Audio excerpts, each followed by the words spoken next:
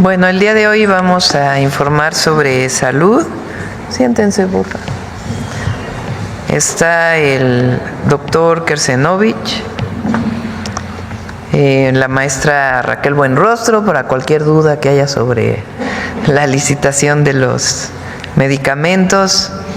Está Eduardo Clark, Ramiro López. Eduardo Clark es subsecretario de Integración y Desarrollo del Sector Salud. Ramiro López es subsecretario de Prevención y Promoción de la Salud. Martí Batres, director general del ISSSTE, y Alejandro Schwartz, director general del IMSS Bienestar. Y se va a conectar en un ratito el gobernador del estado de Oaxaca, Salomón Jara, porque estamos inaugurando el día de hoy ¿es clínica o centro de salud de Mitla, en Oaxaca? Entonces vamos a iniciar con el doctor David Kersenovich. Buenos días, presidenta, y buenos días a todas y todos. Vamos a mostrar el seguimiento del panorama epidemiológico del sarampión y de la tosferina. Como ustedes saben, actualmente el sarampión está diseminándose en distintos países a nivel mundial. En 2024, en México se notificaron 3.433 casos probables de sarampión y rubiola, con una tasa de incidencia de 2.6 casos por cada 100.000 habitantes. Se identificaron 7 casos confirmados de sarampión, los cuales fueron 2 importados en el país y 5 en la Ciudad de México, otro más en Guanajuato. En 2025, ahora, en la semana 16, tenemos notificados 2.019 casos probables de sarampión y rubiola, de los cuales se han confirmado 583 casos. De esos 583 casos, en Chihuahua son 560 casos y se han reportado en otros estados de la República en un número mucho menor. Oaxaca tiene 4 casos, los cuales ya están todos dados de alta. Lo que es importante es estar pendiente de la notificación en todos los estados y estamos reforzando la vigilancia epidemiológica y la búsqueda activa de casos.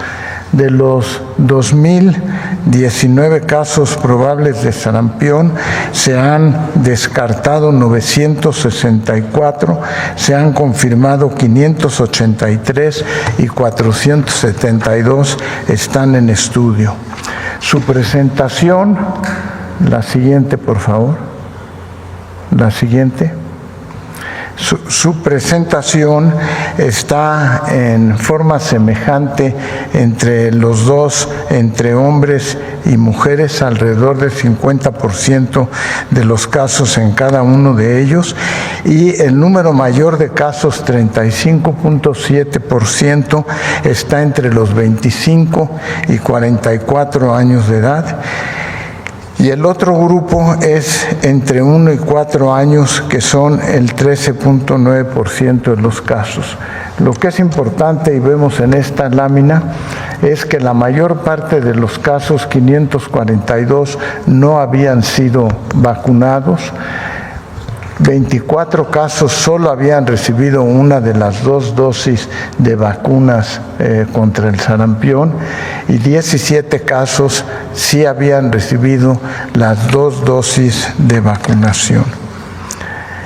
Paso ahora a lo que tiene que ver con la tosferina. Si me pasan la siguiente lámina, por favor.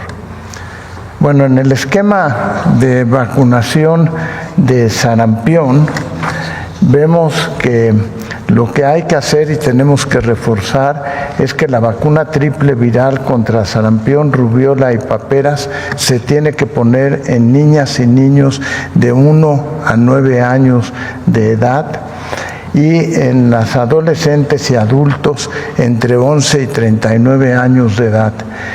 y todo el personal de salud de 20 a 39 años en contacto tiene que también recibir la vacuna. Hemos logrado contener los casos de sarampión en todos los casos con un cerco vacunal alrededor de donde se detectan los casos. La siguiente, por favor. En relación a la tosferina, de la tosferina hemos detectado 809 casos de tosferina. Están distribuidos en todo el país, fundamentalmente en la Ciudad de México y en el estado de Nuevo León y algunos más en Chihuahua. De ese 809 casos, me pasa la siguiente, por favor. Hemos tenido desafortunadamente 48 defunciones en niños menores de 1 año de edad. Eso es muy importante desde el punto de vista epidemiológico, porque si pasamos la siguiente diapositiva, vemos el esquema de vacunación. Y en el esquema de vacunación se pone la vacuna por primera vez al año de edad. Todos estos niños que han fallecido son menores de 1 año de edad. Y la parte muy importante que queremos transmitir es que las mujeres embarazadas a partir de la 20 semana del embarazo deben de recibir la vacuna, porque de esa manera se transmite la inmunidad a los niños y quedan protegidos. Entonces, el grupo de riesgo en particular en el que nos estamos enfocando, además de los niños, tiene que ver precisamente con las mujeres embarazadas en la semana 20 de su embarazo, hayan o no recibido la vacuna con anterioridad para la tosferina. Los niños que fallecen generalmente lo hacen por espasmo bronquial en los ataques de tos que se presentan. Todo esto nos ha llevado a reforzar el esquema de vacunación en forma importante, y como es del conocimiento de ustedes, estamos en la primera semana nacional de vacunación de 2025. Eso no quiere decir que nada más se vacunen en esa semana, sino que esta semana nos sirve para levantar la conciencia entre toda la población de la importancia de vacunarse. En particular, las mujeres embarazadas en la semana 20 de su embarazo deben de recibir la vacuna para proteger a los niños contra la tosferina. Seguiremos vacunando durante esta semana, pero tenemos suficiente vacuna para seguir con el programa nacional de vacunación habitual. Y entonces seguiría en la presentación el doctor Ramiro López Elizalde. Adelante, Ramón.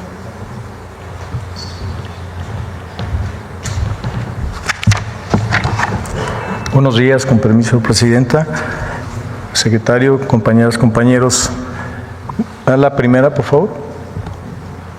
Del 26 de abril al 3 de mayo estamos llevando a cabo la Semana Nacional de Vacunación 2025, una jornada intensiva de salud pública que busca fortalecer las acciones de vacunación, como lo dijo el secretario, para prevenir enfermedades a fin de hacer efectivo el derecho a la salud. No quiere decir que la meta que se ha establecido sea justamente para resolver todas las necesidades que tenemos para todo el año. Entonces, es una campaña de motivación y de incorporación y de conciencia hacia la comunidad. Se inició el sábado en Azcapotzalco, el secretario dio de alguna manera el banderazo de salida. Sin embargo, en todos los estados de la República, los gobiernos estatales hicieron lo propio. Me da la siguiente, por favor. El enfoque bajo el lema de vacunarse es salud, esta estrategia nacional está dirigida a niñas y niños menores de 5 años, adolescentes, mujeres embarazadas, personas adultas, adultos mayores y grupos en situación de riesgo, como el personal de salud, mediante la aplicación gratuita de 12 tipos de vacunas. en todas las entidades federativas. Como lo muestra la imagen, las vacunas se aplican con base a la línea de vida y población en riesgo, como ustedes ven. Ahí está la línea de vida, están las embarazadas, las vacunas que son sugerentes para prevenir tétanos, difteria, tosferina, influenza. Como acaba de decir el secretario, es muy importante invitar a las mujeres que cursan después de la 20 semana de gestación que se puedan vacunar. La siguiente, menores de 1 año, estamos preveniendo la tuberculosis, la hepatitis B, la difteria, la tosferina, el tétanos, la poliomielitis, neumonía y meningitis, rotavirus e influenza. Y bueno, así está en consecuencia todas las propuestas y las sugerencias de vacunación en cada uno de los grupos de edad. ¿Me da la siguiente, por favor? Se instauró una sala de monitoreo desde nivel central y en concordancia con todos los estados. Ahí están prácticamente en comunicación constante con los secretarios de salud y los cuerpos de vacunación de cada uno de los estados.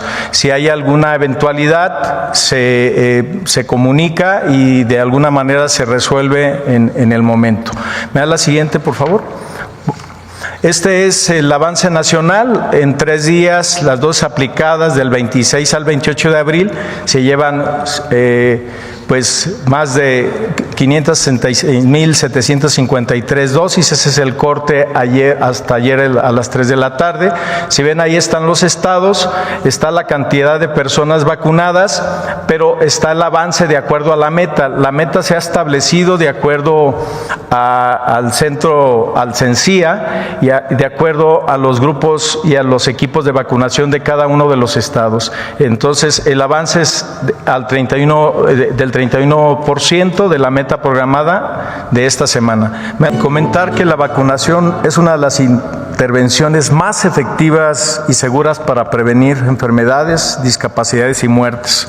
En esta Semana Nacional de Vacunación 2025, invitamos a todas y a todos a completar su esquema de vacunación, y a todos ustedes, medios de comunicación, les agradecemos pudieran darnos la difusión respectiva. Muchísimas gracias. Buen día. Permiso. ¿Quién sigue?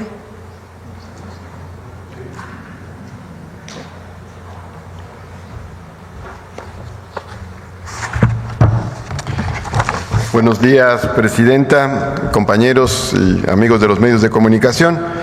Queremos comentar cómo concluyó el proceso de ampliación voluntaria de la jornada laboral de 6 a 8 horas en el ISSSTE. Como ustedes recordarán, aquí expusimos este planteamiento y señalamos que teníamos una gran cantidad de médicos, paramédicos, enfermeras, enfermeros, personal técnico y afín, con jornadas de 6 horas y 6 horas y media. Personal médico, informamos, había 14,325 que estaban en jornadas de 6 horas o 6 horas y media, y de personal de enfermería, paramédico y afines, 18,000, más de 18,638. Esto suma 32,963 elementos de estos sectores médicos, de enfermería y paramédicos. Por eso lanzamos una convocatoria para recibir solicitudes de ampliación voluntaria de la jornada, que se colocó en todos los centros de trabajo, centros de salud, hospitales, oficinas de las subdelegaciones, y se publicó en la página del ISSSTE el lunes 31 de marzo. Desde ese momento se abrió el proceso de registro de solicitudes y ese proceso cerró el pasado viernes 25 de abril, tal como señalaba la convocatoria. Se recibieron hasta el 25 de abril 17,204 solicitudes que cumplieron con los requisitos de la convocatoria. Había un poquito más de solicitudes, pero que no se ajustaban a los parámetros de la convocatoria, y de esas solicitudes en clínicas y unidades médicas familiares se recibieron 12,474 y en hospitales 4,729. Esta es una escala de los estados, de donde más se recibieron, donde menos se recibieron, aunque cabe señalar que en términos proporcionales es más o menos pareja el volumen de solicitudes que se dio. Tenemos aquí en el regional sur de la Ciudad de México, en Tamaulipas, el mayor número absoluto de solicitudes. Y en los hospitales, tenemos en el Hospital 20 de Noviembre el mayor número de solicitudes, en Puebla, y en otros hospitales como el Gómez Farías y el Ignacio Zaragoza. Pero también se recibió en el conjunto de hospitales las solicitudes. Esta ampliación de jornadas laborales va a implicar una inversión anual en pesos y salarios de 2025, o sea, sin considerar una proyección inflacionaria o de aumento salarial, de 2,108 millones de pesos. Se aplicaría a partir del mes de mayo de 2025. Esto quiere decir que entre mayo y diciembre del 2025 va a implicar una inversión de 1,400 millones de pesos, 1,405 millones de pesos. Lo más importante de esta medida es que tiene diversos efectos positivos. En primer lugar, se responde a una vieja demanda de las y los trabajadores. Muchas trabajadoras y trabajadores de la salud llegaban a solicitar empleo al ISSSTE y solo había categorías laborales con 6 horas o 6 horas y medias de trabajo, aunque no es lo que estuvieran buscando. Entonces había un planteamiento desde hace muchos años de ampliar las jornadas de 6 a 8 horas.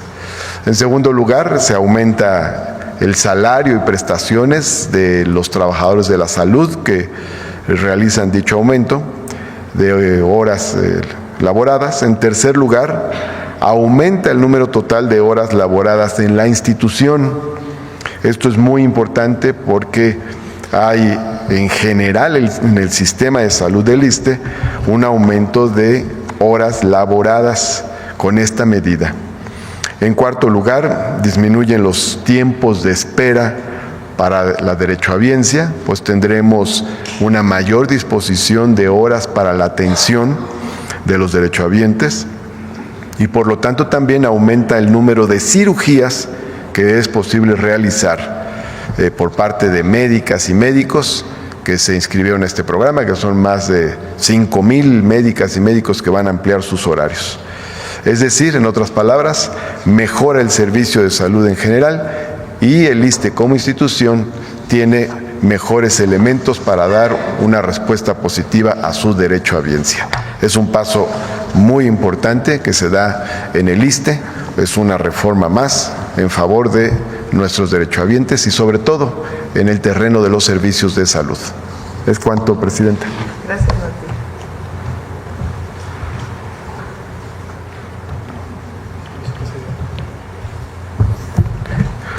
Con su permiso, Presidenta, Secretario Krasinovich, Secretaria Buenrostro, compañeros de gabinete, el día de hoy, desde el IMSS Bienestar, estamos muy felices de participar en este espacio de diálogo circular para poder compartir con todos ustedes una de las acciones más emocionantes de nuestra institución.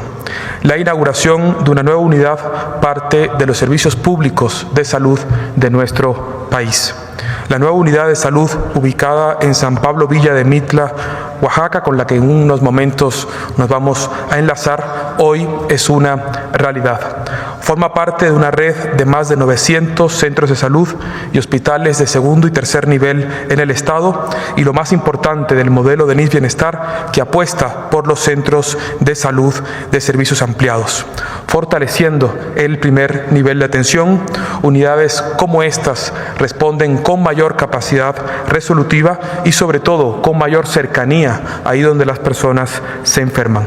La lógica es sencilla: salud territorial para evitar que las personas tengan que desplazarse a hospitales de segundo o de tercer nivel, en este caso en Villa de Mitla, que se tengan que desplazar al Hospital Valdivieso. Este centro de salud en cuestión tiene 5 consultorios y servicios complementarios para la salud, como son laboratorios, estudios de imagen y, por supuesto, un equipo muy profesional de médicas y médicos, enfermeras y enfermeros, camas de estancias hospitalarias de corta estancia y un quirófano para cirugías ambulatorias. Representan el modelo del IMSS Bienestar que nos ha pedido la presidenta impulsar en todo el país, denominado salud territorial. Llevar servicios de mayor resolución cerca de las personas, hacia donde más lo necesitan y hacia sus propias comunidades. Mitla es ejemplo de ello. Hace exactamente 3 meses visitamos con la señora presidenta este pueblo mágico donde conocimos a Dolores, una mujer embarazada, y a su marido que despachan en una tienda de abarrotes. Caminamos por la calle principal y conocimos a Juan, el maestro mezcalero de la comunidad, y a las y los estudiantes de la escuela vecina a nuestro nuevo centro de salud. La unidad brindará servicios a más de 14.500 personas, cuenta con camas hospitalarias, laboratorios, áreas de procedimientos de urgencia, una plantilla completa de médicas y médicos, odontólogos, psicólogos, entre otras especialidades que son parte ya de la propia comunidad y que no solamente vamos a atender a San Pablo Villa de Mitla, sino a las 6 localidades alrededor. Esta inauguración representa mucho más que una nueva unidad o una inauguración de un centro de salud, es la concreción en el territorio de la operación territorial del IMSS Bienestar, es decir, un modelo que administra, financia y opera las unidades de salud, conformando la red de servicios públicos de salud más grandes del mundo. Tenemos un breve video para que conozcan un poco más de esta unidad. Hoy inauguramos en Oaxaca el Centro de Salud Urbano de 5 núcleos básicos de San Pablo Villa de Mitla, que beneficiará a más de 13,000 habitantes. A partir de hoy ya pueden atenderse paisanos y paisanas de Mitla y todas las agencias. Es una realidad que el centro de salud ya está abierto. Con una inversión superior a los 49 millones de pesos en obra y más de 11 millones de pesos en equipamiento para brindar servicios esenciales como medicina general y preventiva, odontología, consulta externa, salud mental, urgencias, laboratorio, farmacia, detección de riesgos, valoración ginecológica, una sala de tococirugía para atención de partos y la posada amiga de la mujer embarazada. Pues es muy importante saber sobre todo lo que nos brinda lo que es la unidad médica. Con 5 consultorios, 6 camas hospitalarias, además de un equipo de profesionales de la salud integrado por 8 médicas y médicos generales, 6 enfermeras y enfermeros, 2 estomatólogos y personal administrativo, esta unidad médica es un símbolo de esperanza y bienestar para la población. Llevamos ya 16 años esperando la apertura de ese hospital. Lo hicimos a través del expresidente Andrés Manuel. Y ahorita, con la ayuda de nuestra presidenta Claudia, pues podemos abrir la nueva unidad médica. San Pablo Villa de Mitla y comunidades cercanas como San Miguel Albarradas, El Tequio, Tierra Blanca, Roblas y Lomas del Pedregal ahora contarán con un espacio digno para el cuidado de su salud, con una política de 0 rechazos y sin discriminación. Brindar un servicio de salud de calidad para todas y para todos. Gobierno de México. Ahora sí, si usted nos los permite, Presidenta, pasaríamos al enlace con el gobernador del estado de Oaxaca, el ingeniero Salomón Jara Cruz, un aliado permanente del IMSS Bienestar que se encuentra en Mitla con nuestro titular médico del IMSS Bienestar, el doctor Ábalos Bracho. Señor gobernador, muy buenos días, lo escuchamos. Muy buenos días, Presidenta, muy buenos días a todas y a todos. Desde Oaxaca, el corazón cultural y lingüístico de México, es un honor enlazarnos con la mañanera del pueblo. Presidenta, les saludamos con mucho cariño y entusiasmo desde este lugar mágico y baluarte de nuestra cultura ancestral. Nos encontramos efectivamente en Mitla, saludo al doctor David Krecenovich y al doctor Alejandro Sbarch, y nos encontramos aquí en Mitla, el doctor Alejandro Ábalos, agradecerle mucho su acompañamiento, y así como el presidente municipal de Mitla, que es el licenciado Saúl López, igual que la coordinadora estatal de IMSS Bienestar, la doctora Elia Martínez. Presidenta, hoy inauguramos este centro de salud de servicios ampliados en Mitla. Queremos agradecerle y reconocerle a usted todo su compromiso genuino de este gobierno con la salud y el bienestar del pueblo de Oaxaca. La apertura de este nuevo centro de salud no solo representa inversión en infraestructura, representa esperanza, dignidad y justicia social para nuestras familias. Muchas gracias, Presidenta, por demostrar con acciones que la salud es un derecho y no un privilegio. En Oaxaca seguiremos trabajando de la mano de la Federación por la salud y el bienestar del pueblo oaxaqueño. Nos sumamos con mucho entusiasmo a la labor noble de garantizar el derecho constitucional a la salud de nuestra gente, con la mano amiga y solidaria del IMSS Bienestar. Gracias a la Cuarta Transformación y del IMSS Bienestar, realiza acciones de salud con una perspectiva incluyente, humanista y comunitaria. Hoy la mejor política es cuando se invierte en salud, en la gente, en nuestro pueblo. Queremos un México sano y hoy lo estamos construyendo. Doctora, usted estuvo aquí en Mitla, visitó aquí este hospital cuando efectivamente usted inauguró la autopista que va de Oaxaca, Mitla, al Istmo de Tehuantepec. Muchas gracias por ese tanto amor que le da a Oaxaca. Le agradecemos bastante. Muchas gracias, Presidenta. Muchas gracias a todos. Es cuanto, Presidenta. Muchas gracias. Gracias. Gracias, Salomón. Ahora vamos a cortar el listón, si nos permite, Adelante, Presidenta. gobernador.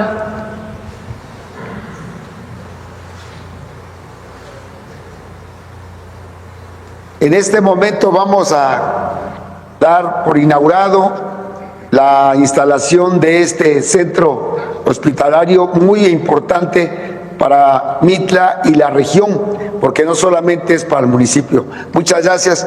1, 2, 3. Muchas gracias, Presidenta.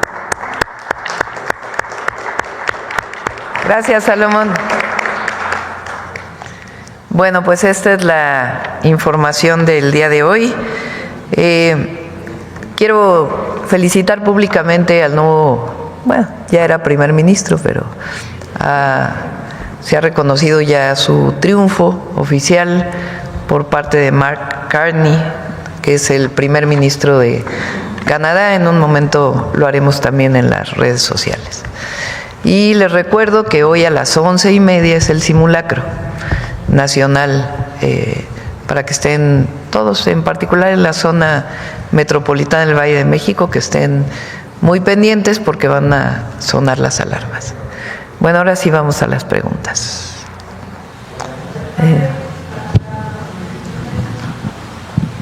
¿Quieren hablar sobre medicamentos? Ándale. Gracias, Presidenta. Con su permiso. Buenos días. Si me ponen la lámina que tenemos, les informamos brevemente cómo ve el avance de la llegada de los medicamentos e insumos para la salud. Hemos recibido en estos meses 435 millones de piezas de insumos para la salud y para que conozcan, este último mes de abril, a corte del día 24, que es el último corte que tenemos con las instituciones, recibimos 148 millones de piezas durante el mes, comparado al último corte que les dimos.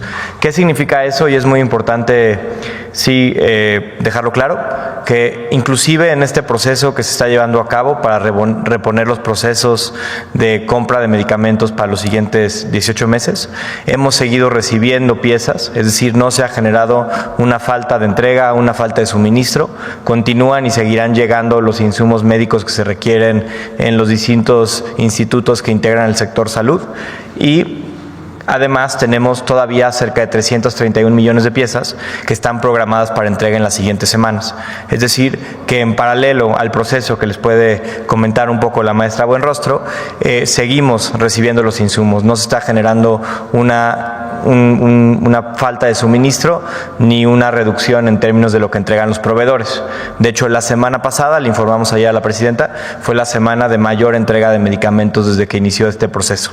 Y En paralelo, como les comentábamos, ya iniciamos la parte final de la generación de los nuevos contratos para poder tener a la brevedad y particularmente para un gran número de claves en menos de una semana los nuevos contratos para continuar hacia adelante en aquellos proveedores que han mostrado no solo ser cumplidos, sino haber cumplido técnicamente, administrativamente, legalmente y tener los mejores precios para las instituciones del sector salud. Entonces, nada más para refrendar lo que les comentaba, han seguido llegando los medicamentos, seguirán llegando. Tenemos varios procesos abiertos, particularmente lo informa la presidenta la semana pasada, de oncológicos que se han adquirido, particularmente de 21 claves que se habían estado en sobrecosto durante la licitación, que ya se compraron con reducciones de 30% globalmente en términos del precio unitario y siguen y seguirán llegando mientras continúe el proceso para generar los nuevos contratos de aquí en adelante. Muchas gracias. Raquel, de una vez.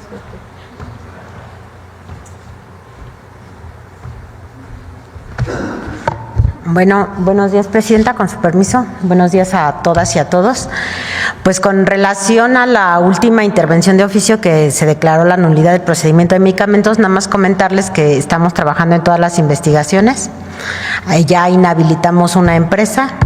El viernes pasado tenemos ya una empresa en investigación abierta y muy probablemente en esta semana la mandemos a temas penales porque falsificó documentos del registro de COFEPRIS. Tenemos otras 16 investigaciones abiertas también para empresas farmacéuticas que están en proceso de investigación. Y continuamos con el proceso de investigación. Con relación a toda la revisión que se hizo de la documentación, se encontraron algunas irregularidades más o menos en la compra de poco más de 650 claves. Y la siguiente es, pues, la Secretaría de Salud se ha estado trabajando con nosotros, con ellos y también con COFEPRIS para tener información cada vez más a la mano, procedimientos más claros y más sencillos para evitar que se cometa cualquier tipo de abuso durante el procedimiento y a cualquier tipo de otro tipo de irregularidad o de inconveniente durante el proceso. Entonces, aquí ya la Secretaría de Salud trae orientados los procesos, ya se está iniciando, como dijo el subsecretario Clark, él inició este lunes ya a reponer los procedimientos y nosotros le estamos dando un acompañamiento para evitar cualquier sorpresa en el transcurso del camino. Entonces, seguimos ahí con las investigaciones. ¿Es cuánto?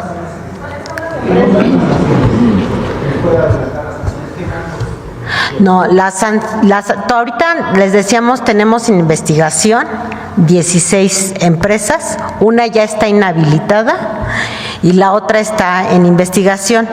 No hay un monto, al menos en algunos casos, en esta licitación, porque acuérdense que quedó suspendida, entonces no causaron daño.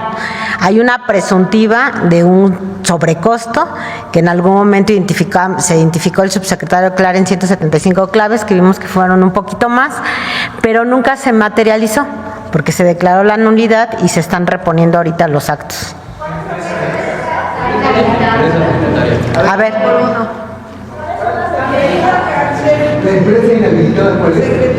La empresa inhabilitada es Biomedics.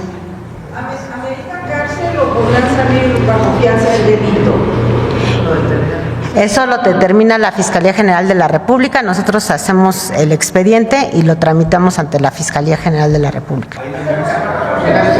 Ahí nada más uno a la vez, por favor. Están siendo investigados y cuántos directivos de empresas también están siendo investigados. Estamos investigando a toda la gente que participó en el proceso. No podemos hablar de ello porque es un proceso deliberativo, pero sí tenemos identificadas todas las personas que participaron, las que firmaron y exactamente en qué claves y en qué procedimientos y con qué empresas estuvieron participando. Las compras que no se van a poder realizar. ¿Perdón? Hay compras canceladas que no se van a poder realizar por este acto. No, ninguna. Ya está, todo está ahorita, como lo dijo el subsecretario, él el día de ayer empezó a reabrir todos los procedimientos. ¿Se puede conocer el nombre de las otras 16? Es que están en proceso deliberativo, ahorita no las podemos comentar. Gracias.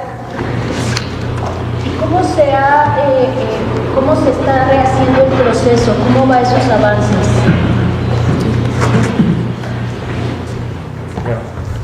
Con mucho gusto. Para 1.139 claves, que son las que estamos esta misma semana reponiendo el proceso, se citó a todos los proveedores para que presentaran sus propuestas técnicas, administrativas, económicas, legales, con los mismos términos de precio, condiciones de entrega que en la licitación original que se declaró nula. Ese proceso lleva ya varias semanas de trabajo previo administrativo para poder asegurar que se actúa conforme a derecho, y ayer comenzó la parte ya final de esta generación de nuevos contratos.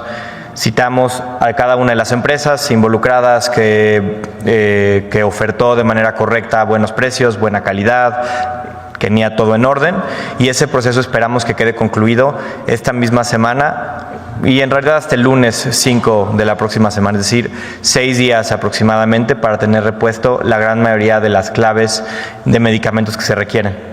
En las claves que mencionaba la secretaria Buenrostro, que hemos identificado primero sobreprecio, que se comentó acá, o que posteriormente se identificó que las empresas que se inconformaron tenían razón de haber sido descalificadas de manera injusta o de manera arbitraria, o haber sido pues no tratadas de manera equitativa, así como también proveedores que hemos encontrado en este tipo de casos, no solo de incumplimiento, de no habernos entregado órdenes de suministro, o también en algunos casos de estos problemas legales que mencionaba la maestra Buenrostro, de inclusive falsificación de documentos. En esos casos estamos también iniciando ya el proceso, que se detonó el día de ayer también, de investigación de mercado para hacer las subastas inversas que ha comentado la presidenta. Lo que tenemos en paralelo es que para el próximo lunes tendremos ya prácticamente más de 2/3 partes de las piezas que se van a adquirir con nuevos contratos, que nos va a permitir formalizarlos, volver a pedirlos, restablecer normalidad en el suministro y continuar unos pocos días más a partir de eso para las subastas inversas que tenemos que realizar. Pero dos temas que son importantísimos que tengan presentes. Primero, esto lo hemos validado de manera colegiada con el acompañamiento y liderazgo de la Secretaría Anticorrupción y Buen Gobierno para asegurar que en todas las partes del proceso se sigue la ley, se siguen los reglamentos establecidos. Y en segundo lugar también es importante que lo tengamos todos claros, hemos privilegiado que en las claves donde no teníamos un sobrecosto notable, sigan llegando las piezas, se sigan distribuyendo, seguimos presionando a la proveeduría para que entregue, de tal manera que mientras se repone este proceso, se generan los contratos y llegan las órdenes de los nuevos contratos, siga habiendo un abasto estable en el país y en todas las unidades del IMSS, del ISSSTE, del IMSS Bienestar, de la Marina, de los Institutos Nacionales de Salud y los hospitales de referencia. Es decir, son dos procesos que van de manera paralela. Y para las claves más urgentes que teníamos, también como mencionó la presidenta, iniciamos hace 2 semanas las subastas inversas para la compra de 3 meses, primero de oncológicos, que fueron 21 claves, que les comentaba unos casos que dejaron claro que habíamos tenido razón en sospechar los sobrecostos, claves que habíamos comprado en la licitación en 20,000 pesos, que el mismo proveedor después de una subasta inversa se baja a 4,000 pesos. Claves que hemos comprado en 38,000 pesos, que proveedores descalificados injustamente pudieron ofertarlas, están entregando en 11,000 pesos. Y esas fueron las primeras claves de 21 oncológicos. Iniciamos ayer en este mismo proceso de las claves urgentes, para no tener que esperar a todo el proceso, 3 meses de otras 154 claves que estamos negociando con proveedores. Y ayer, por ejemplo, solo de ayer, comparado con precios de la licitación anterior, tenemos un ahorro de casi 250 millones de pesos comparado a lo que se hubiera comprado en caso de usar los precios de la licitación. Es decir, claramente la estrategia de frenar esos sobrecostos está mostrando que si vas con la proveeduría, le das reglas claras, nos ponemos muy serios nosotros en términos de cómo participan, estamos encontrando mejores condiciones de precio, de entrega, de calidad, de cumplimiento. Y así seguimos. ¿Para cuánto tiempo va a dar a nivel nacional? El sector salud consume mensualmente un poco menos de 200 millones de piezas, y tenemos en este momento no solo la entrega en la última semana de otras en el último mes de casi 150 millones de piezas que apenas se van a empezar a utilizar, y tenemos 331 millones de piezas, si no me equivoco, que están por llegar. Es decir, tenemos suficiente abasto para el tiempo que hemos contemplado en la reposición de estos procesos de licitatorios. Perdón, nada más uno por uno. Perdón, una por una. Claves de oncológicos, ¿cuántos millones de piezas de medicamentos representan? Son todos los oncológicos del país de los siguientes 2 años, son cerca de 25 millones de piezas, y que se compraron y en estos 3 meses de 21 millones de piezas son cerca de 500,000 piezas de oncológicos de esas claves. Esas claves son solo 21 de un total de 190 claves de oncológicos que hemos comprado, y esas otras 190 claves son claves que sí solicitamos y están llegando recurrentemente a los hospitales. Muchos de ellos, recordarán, son claves que se conocen como de fuente única y patente, de la industria que no pasa por un proceso licitatorio, pasa por un proceso de asignación directa. Es decir, para la gran mayoría de los oncológicos, de hecho no tenemos un tema de nulidad en el proceso, derivado que estos fueron adquiridos vía un proceso de asignación directa de estas compañías. Esos siguen llegando. Son los medicamentos además de más alto costo, algunos anticuerpos monoclonales de otro tipo que cuestan en muchos casos pues 100,000 pesos y en ese orden de magnitud, y esos no tienen ningún tipo de freno en el proceso. Siguen asignados, siguen contratados, se siguen pidiendo cada vez que un hospital, instituto los requiera. Estados, porque fue algunos casos, que fue el caso de Veracruz, que no lo tenían y el gobierno decidió adquirirlos. ¿Ustedes ya los están distribuyendo? Sí, ya el proceso de distribución va bastante más avanzado que la última vez que platicamos hace un mes. Les comento, han llegado cerca de 150 millones de piezas directamente a los estados, a los almacenes. Estamos haciendo el proceso de última milla. Pero lo que sí tenemos muy claro, y la Presidenta es lo que nos ha instruido, es que le damos seguimiento casi orden por orden. Tenemos una comunicación permanente con los compañeros que están en los estados para entender qué claves no han llegado. Y otra cosa que es importantísima, una buena parte también de nuestro trabajo hoy en día tiene que ver con asegurar que los proveedores que recibieron órdenes de suministro entreguen y cumplan. Y de manera colegiada, tanto el director del ISSSTE ha citado proveedores incumplidos, el director del IMSS Bienestar, el director del IMSS, un servidor en la Secretaría de Salud, y estamos haciendo un proceso muy coordinado para que las órdenes de suministro ya emitidas, es decir, los medicamentos que sí están en tránsito hacia los estados, los proveedores, inclusive en este proceso de reposición de los procesos, para la redundancia, continúen entregando. Involucra hablarles diario, llamarles la atención cuando vayan tarde, notificarle a la Secretaría de Anticorrupción y Buen Gobierno. Y les pongo un ejemplo.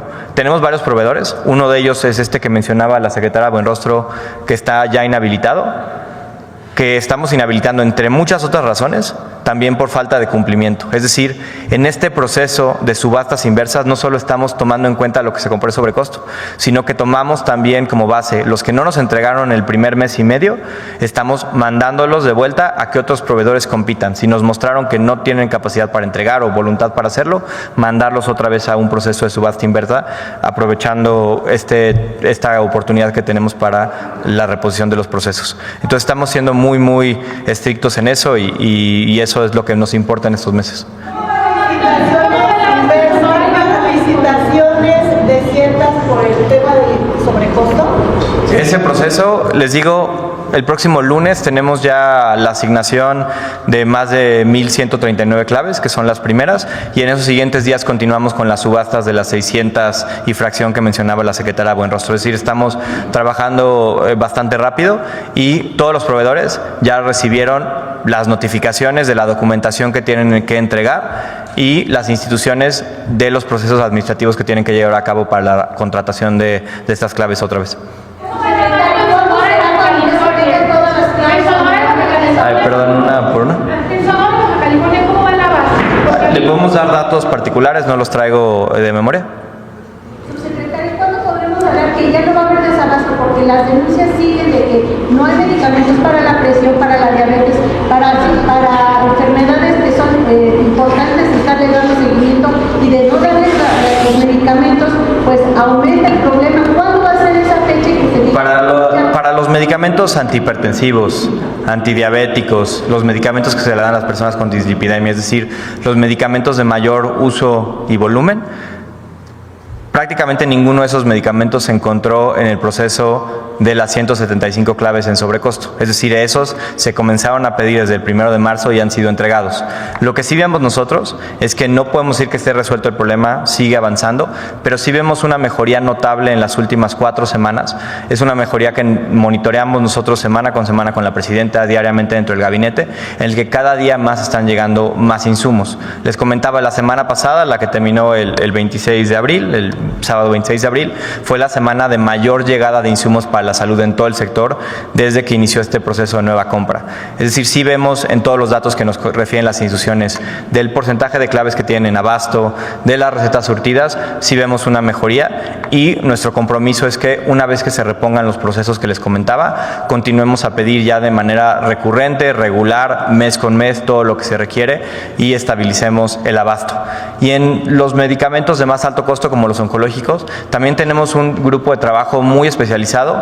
Las instituciones y el equipo de la Secretaría de Salud nos hemos juntado muchísimas veces a revisar prácticamente grupo por grupo, clave por clave, para entender dónde nos falta adquirir, dónde nos falta solicitar y estar también haciendo los cambios de proveedores incumplidos. Es decir, sí vemos, y eso queremos ser muy enfáticos, una mejoría muy notable en este último mes de abril, que comenzó en realidad desde finales de marzo, como habíamos comentado, pero con un aceleramiento de las entregas en esta última semana. ¿Para compras posteriores van a continuar con la subasta inversa o van a regresar a la licitación posteriormente? Vamos a cambiar muchísimos de los temas, desde temas administrativos que complejizan el proceso y que no ponen en el centro la prioridad de los pacientes. A veces, por hacer muchas reglas, dejamos a los pacientes desprivilegiados. Es una instrucción que nos ha dado la presidenta, de que encontremos las maneras de, con transparencia, cambiar las reglas para que sea más flexible la manera en la que compramos y los pacientes les lleguen los medicamentos. Temas sencillísimos, ¿no? Si un proveedor incumple, poder cambiarlo rápidamente si alguien ofrece el mismo precio, sin tener que pasar 6 meses de litigio para poder cambiar una clave cuando hay alguien que tal vez lo ofrece al mismo precio y con garantía de entrega. Pero en segundo lugar, esto es vital, sí un acompañamiento mucho más cercano de la Secretaría de Anticorrupción y Buen Gobierno en los procesos. ¿A qué nos referimos por esto? Este es un sector de muchísimo dinero, muchísimos intereses, industrias que no solo en México sino en el mundo han sido muy problemáticas por llamados de corrupción, colusión, etcétera. Tenemos que ser increíblemente minuciosos y tener a alguien como la Secretaría de Anticorrupción y Buen Gobierno que no solo nos dé la pauta en términos de cómo seguir los procesos para asegurar que no pase lo que desafortunadamente ocurrió, pero también que vayamos reforzando el seguimiento de mucho del cumplimiento de los proveedores. Es decir, una parte vital de lo que hacemos es contratar a proveedores que cumplen y proveedores que no son ni intermediarios, ni empresas fantasma, ni mucho menos, sino ir directamente con los que fabrican, con los que tienen las mejores garantías de entrega y finalmente eso se va a traducir en tener los mejores costos y las mejores garantías de calidad de entrega. Gracias. Ahora sí vamos a las preguntas. A ver aquí, Nancy. Gracias, Presidenta. Buenos días a todas y a todos. Nancy Flores, de la revista Contralínea. Presidenta, preguntarle si el director general de Petróleos Mexicanos ya le dio algún reporte acerca de un presunto sabotaje en la refinería Dos Bocas que habría ocurrido la semana pasada y que frenó la producción. Este presunto sabotaje habría afectado algunas plantas, sobre todo la catalítica, y por eso no se habría reanudado hasta el día de hoy esta producción por la complejidad de los procesos. Y también si se está investigando ya este asunto, sobre todo para revisar no solo el tema de la afectación a la industria petrolera, sino la afectación al proyecto de nación que usted representa. Finalmente es un tema que muy importante, la producción de los refinados. Sí, es un tema no así como lo planteas. Y si gustan le pedimos a Víctor que venga a informar con todo detalle. ¿No sería un sabotaje? Pues tiene que investigarse, pero no es así de que ahora ya no sirve la refinería y no, es algo menor y está produciendo prácticamente 100,000 barriles diarios. ¿Actualmente está produciendo la refinería? Estaba produciendo 100,000 barriles diarios y está por reanudarse. No hay nada grave. Ok.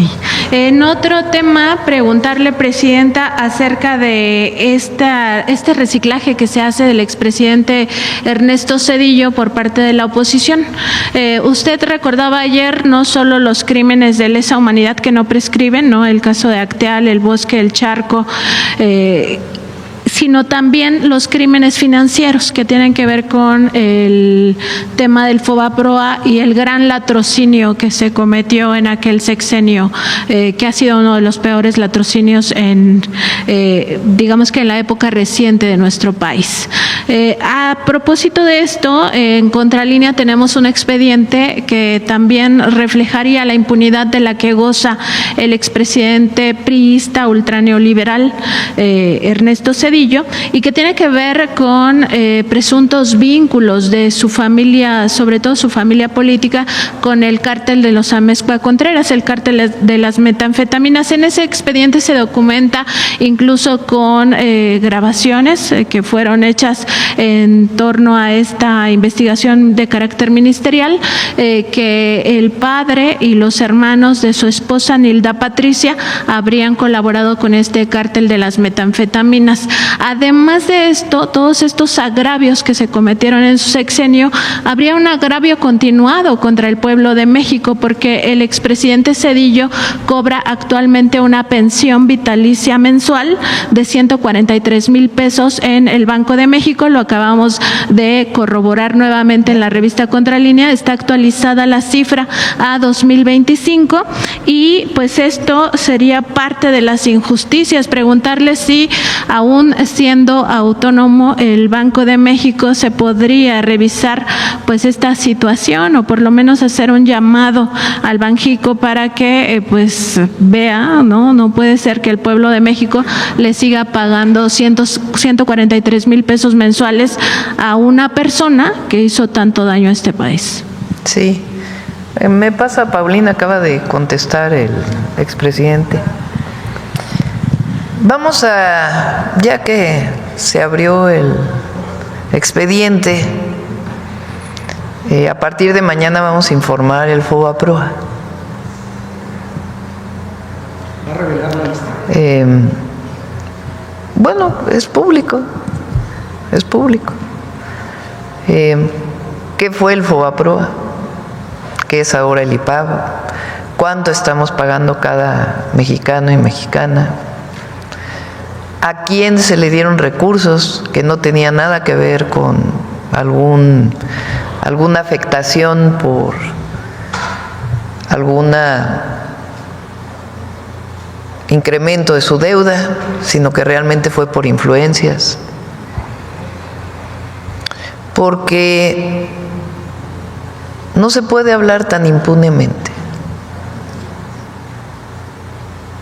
Dice él que fue revisado el FOBAPROA. Pues ¿cuándo? ¿Quién le cree? Él entra al gobierno, avisa a un grupo de empresarios que se va a devaluar el peso. Producto de esto sacan una cantidad de dinero enorme y provoca una crisis aún mayor de la que de por sí iba a ocurrir. Y a partir de ahí, cientos de miles de familias que no pudieron pagar sus casas, sus negocios, en la pobreza. Probablemente muchos tengan casos de conocidos que en el 94 pues cayeron en el no pago y perdieron todo, desde su pequeña vivienda hasta un negocio, y que nunca fueron rescatados, porque a quien se rescató fue a los de arriba, y además con una enorme corrupción, porque ahí entraron expedientes de todo mundo, convirtiendo deudas privadas en deuda pública que aún estamos pagando. ¿Y que se va a acabar? Se privatizaron los ferrocarriles, porque el tema es de lo que nos acusan, ¿no? Nos están acusando de que somos autoritarios, que se acabó la democracia, todo porque el pueblo va a elegir a la Corte. O sea, ese es el argumento. Como el pueblo va a elegir ahora a la Corte, la presidenta es autoritaria, se acabó la democracia. ¿Cómo se va a acabar la democracia si es el pueblo quien va a elegir?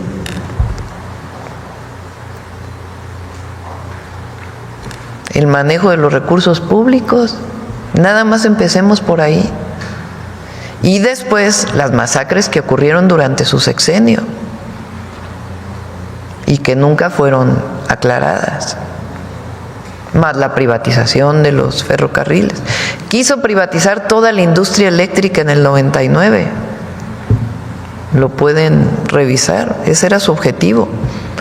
Solo que hubo una movilización muy grande que evitó que eso ocurriera. Entre otros, quien se movilizó fue el Sindicato Mexicano de Electricistas, que después fue castigado por Calderón. Pero muchos nos movilizamos en aquella época, pero si no hubiera habido esa movilización popular, hoy tendríamos unos problemas en el sector eléctrico enormes, como lo tienen muchos países que privatizaron todo su sector. Entonces, vamos a hablar de ese sexenio, porque quieren compararse con el sexenio del presidente López Obrador. Pues no, en un caso se apoyaba arriba, provocaron pobreza, desigualdad, crisis y el entreguismo, dicho por alguien de su propio partido político. El que era el candidato del PRI lo acusa de entreguismo, de que en realidad la supuesta transición a la democracia estuvo pactada con Estados Unidos cuando se le prestó a México 50,000 millones de dólares, provocado por la crisis que venía desde Salinas.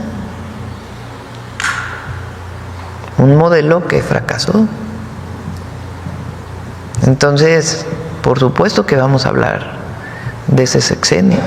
Sí es indispensable que los jóvenes, las jóvenes, y ya no tan jóvenes, porque quien nació en el año 2000 pues tiene hoy 25 años, 24, 25 años. Ya para entonces ya había acabado el sexenio de Zedillo. Pero es importante que las nuevas generaciones conozcan qué fue lo que pasó en aquella época.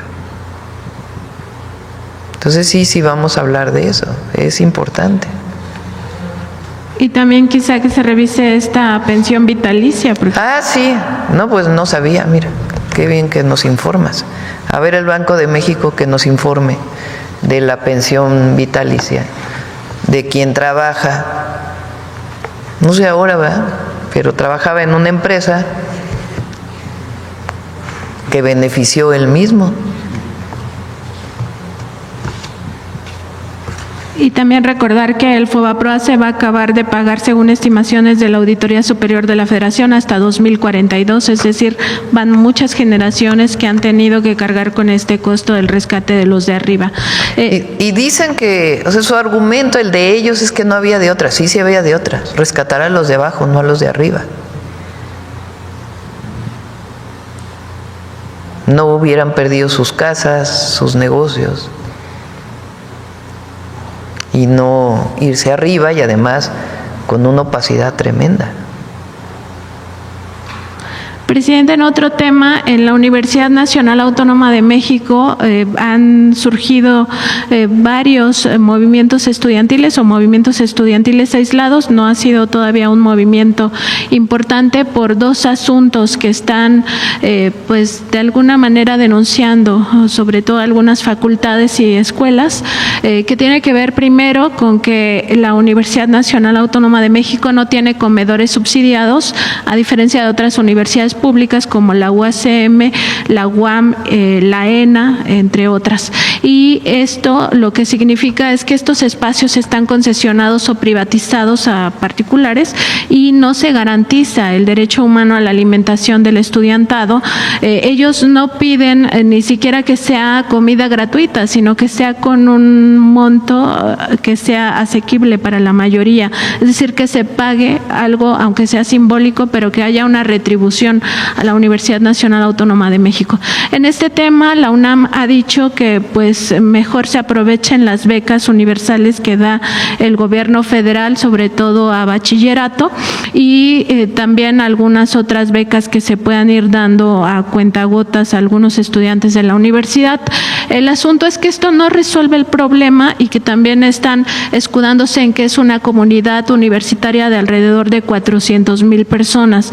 También es una realidad que la UNAM tiene el mayor presupuesto de universidades públicas en este país y además es una de las que más autogenerados tiene, es decir, recursos que genera la propia universidad y que no se gastan de forma transparente, o al menos no se sabe. Y que la cúpula en esta Universidad Nacional pues sí recibe beneficio para sus comidas, para su alimentación, incluso hay tarjetas American Express que se destinan a la alta directiva.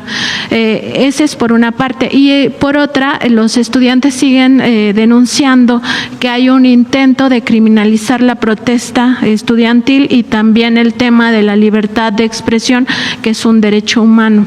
Y tiene que ver no solo con el artículo 15 del reglamento del Tribunal Universitario, que la UNAM ya se comprometió a derogar, sino con otros artículos, el 93, 94 y 95 de la ley, del Reglamento General de la UNAM. Ahí se establece también Estatuto General de la Universidad Nacional Autónoma de México, donde también se establecen diversas, no prohibiciones, sino más bien castigos, entre ellos la expulsión de los estudiantes cuando se les considere que han atentado contra el patrimonio, que eso puede ser desde una toma de una escuela hasta, romper cristales o algún tipo de mobiliario.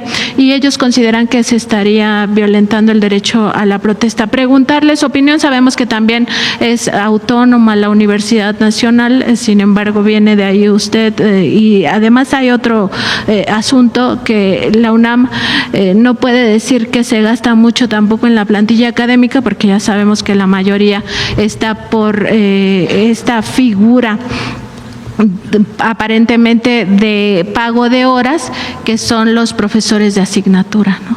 Sí. No quiero opinar mucho porque en efecto la universidad es autónoma. Lo que yo diría es que es importante que siempre prevalezca el diálogo abierto, público, que siempre haya diálogo con cualquier conflicto estudiantil, de parte de la autoridad y de parte de los estudiantes. Mientras prevalezca el diálogo y se busquen soluciones a cualquier problema, es mucho más sencillo resolverlo. Entonces, evitar en el no diálogo, en la no comunicación, y que se establezcan las condiciones de diálogo para poder resolver cualquiera de los problemas. Pero ya la parte ya más interna de la UNAM le corresponde a la universidad. Sí es cierto, venimos del movimiento estudiantil, pero ya le corresponde a la universidad. Y aprovechando que está el subsecretario Clark, preguntar, porque decía que se están tomando medidas acerca de las farmacéuticas que han retrasado la entrega de medicamentos, y ponía como ejemplo el propio caso que ya enunció la secretaria Raquel Buenrostro. Preguntar si hay otros casos donde se estaría documentando que hay un retraso en la entrega de estas medicinas, y si eso ha tenido que ver también con algunas quejas que han tenido los propios derechohabientes de que aún no llegan algunos medicamentos, y en todo caso si va a haber sanciones también para esas otras empresas si hubiera identificadas. Gracias, presidenta. ¿Quieres, Raquel?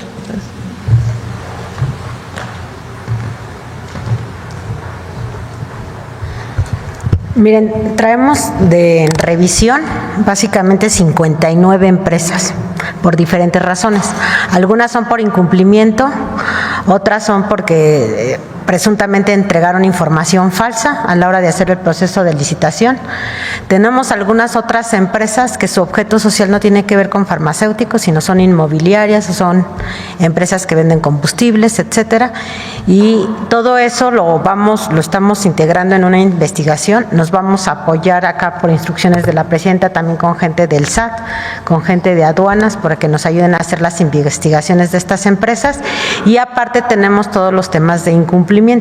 Nosotros hemos estado continuamente sugiriendo y recordando recordando a todo el sector salud, a todos los directores de los hospitales, que nos ayuden a documentar los incumplimientos de los contratos, porque en la medida que se tengan documentados los incumplimientos de los contratos, más fácil hacemos el procedimiento para estarlos inhabilitando, porque mucho del desabasto, además de los problemas que se tienen, es porque las empresas no cumplen. Incluso a mí me ha tocado participar en reuniones con el sector salud, donde cínicamente comentan que prefieren una sanción, una multa, que ir a entregar a Chiapas porque les sale demasiado caro, les sale más barata la multa. Entonces ahí tenemos que actuar con otras medidas para documentarlos con incumplimientos y poderlos inhabilitar. Entonces, pero en total andamos con sobre 59 empresas en total. Gracias. Miren, yo personalmente le doy seguimiento todos los lunes en una reunión que tenemos con el Gabinete de Salud y vemos el tema de la compra de medicamentos. Y hay una parte que afortunadamente la secretaria Buenrostro visualizó a tiempo, también Eduardo, y que pudimos contener que se pagara más caro de lo que realmente cuestan los medicamentos, y pues representa este proceso nuevamente de licitación que ahora se va a hacer con la subasta inversa, que nos permite hacerlo más rápido. Pero sí hay muy malas prácticas en las industrias farmacéuticas, no todas, pero sí en muchas.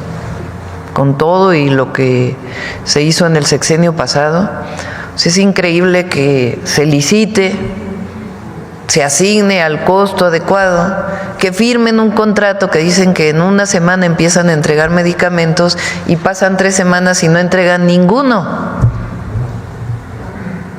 Entonces, ¿qué hace la autoridad? Citarlos, decir, ¿lo vas a entregar o no lo vas a entregar? No, bueno, sí lo entrego y en realidad no lo entrega. Entonces, ¿qué pasa ahí? Pues entra anticorrupción, se sanciona a la empresa, pero ya tenemos un problema de falta de medicamento en el centro de salud. Entonces, lo que estamos haciendo es acelerar todos los procesos. Está Secretaría de Hacienda, está el SAT, está Anticorrupción, están todas las áreas involucradas para que la coordinación sea muy rápida y podamos resolver esos temas. Pero es un tema también de cómo se hacen las licitaciones. Entonces, ahora estamos dándole celeridad, porque es una compra de 2 años. Esta compra nos va a permitir hasta el cierre del 2026. Pero en abril del próximo año empieza la nueva compra para el 27. Y ya estamos tomando pues muchísimas medidas normativas que permitan acelerar. Por ejemplo, si no llegó el medicamento que provee tal farmacéutica y la licitación dijo que era 7 pesos el medicamento y no llega, pues darle la oportunidad a la institución de hablarle a otro proveedor y decirle, oye, ¿me lo puedes dar mañana en 7 pesos? Y si el proveedor le dice sí, pues que lo reciba. Algo tan sencillo como eso, que nos parece menor en la vida cotidiana para nosotros, se vuelve un problema por cómo está establecida la administración y la burocracia. Entonces, ahora pues estamos haciendo todo para que se aceleren los procesos, que que aquellas empresas que además ganan una licitación, resulta que traen todo importado cuando dijeron que no, que aquí fabricaban, y resulta que todo viene importado y además de mala calidad. Entonces, todo eso, pues obviamente se avanzó mucho en el gobierno anterior, pero todavía quedan muchos vicios de empresas farmacéuticas y otras no farmacéuticas que se meten a las licitaciones. Entonces ahora pues se está haciendo todo para que estemos comprando bien, que no haya sobrecosto, que sean de calidad. También se están revisando qué medicamentos deben comprarse, que eso se hizo con ¿cómo le llaman? Los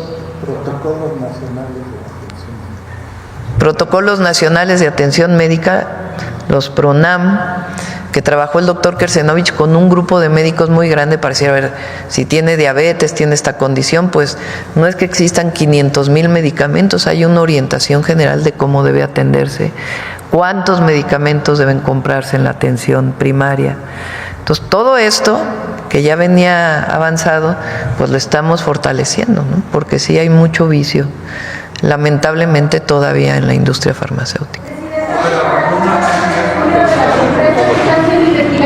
¿Son 16 o 59? Si el número puede aumentar debido a este llamado que están haciendo precisamente para... Son 59 que no han entregado a tiempo, pero 16 que en particular pues tienen otros problemas. Entonces, todo también lleva un procedimiento. Lo que hace Raquel también está en la ley, también hay reglamentos para poder sancionar empresas. No es discrecional a lo que a ella se le ocurra, sino que hay un procedimiento de cómo hacerlo.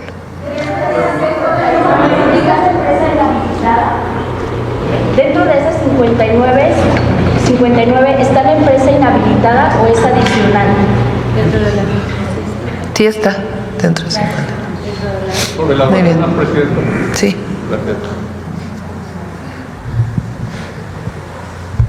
Presidenta, ¿cómo está? Buenos días. Buenos días. Luis Ángel Marín de Radio Resultados.